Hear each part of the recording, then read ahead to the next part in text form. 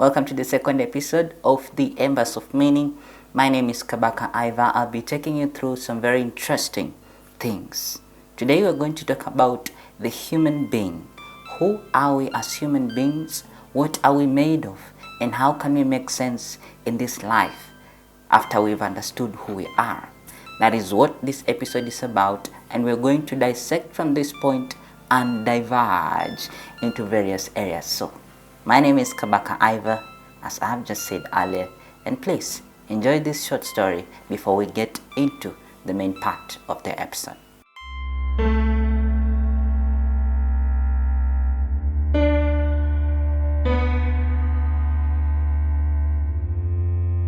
A human being is made up of three parts: the soul, the spirit, and the body. The body is what we are taught in biology, the study of the bones, the study of how the body learns to bring balance in itself through homeostasis. The soul is what we try to configure in philosophy and psychology, the study of the mind, the study of the emotions, and the study of will. The spirit is what we try to make sense of in religion, the idea about a god, the idea of mysticism, witchcraft, and more. Man is simply body, soul, and spirit working hand in hand, all at once.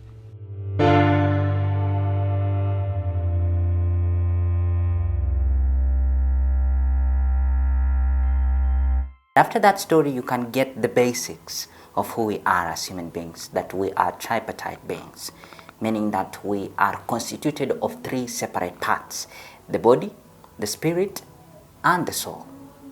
The body is in charge of interacting with the earth, this plane that we are in.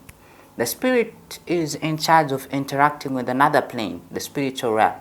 The soul is in charge of interacting with the soul realm, if I could just mention it that way. But what happens with the soul is that it is the intermediary between the body and the spirit. The spirit connects you to God Almighty, Elohim. The soul decides where should we focus our attention. Should we focus on the soul, on the spirit, or should we focus on the body? The body interacts with whatever the soul instructs it to do. The body is directed or is structured, let's say structured by several bones. We have the bones of the head, which is basically the skeleton of the head, right? The cranium and other parts, which I don't want to get so deep. Then we have the neck and the backbone, right? So the backbone kind of connects the other parts together. So when you look at a full human skeleton, you can see from the cranium to the feet, what is connecting each part and holding it steady is the skeleton. It's the backbone. So without the backbone, the whole thing collapses. You know, people who do structural engineering, I'm talking to you. So that's why I'm saying that the human body is the most interesting architecture on earth. It's not the pyramids is it Gaza or Giza, whatever, or the buildings that we see in Dubai. Very beautiful buildings, but the greatest architecture on earth is the human body. And can I tell you something? It was made out of the dust, so it was the first design ever to come to life. When you look at the human motion, how we express ourselves through the body, people who also study body language understand what I'm saying. How we move our hands, how we move our legs, how we move our eyes, they all communicate with what the soul is feeling so that it can express it through the body. You see, the body is just an expression of what is going on inside. And the best way to explain the mechanics or to try and explain it was to use the backbone system, right? Or the bone system, which I haven't really elaborated so well because this is not a medicine class. What I'm trying to say is that the bone structures that you have really help you in expressing yourself on earth and affecting things on earth, right? So we have the cranium, which protects your brain. We have the neck, we have the hands, we have the legs, we have the torso. Okay? So these parts work together. None of it can work without the other. That's what I want you to note. The head cannot work without the neck, nor can it work without the rest of the body.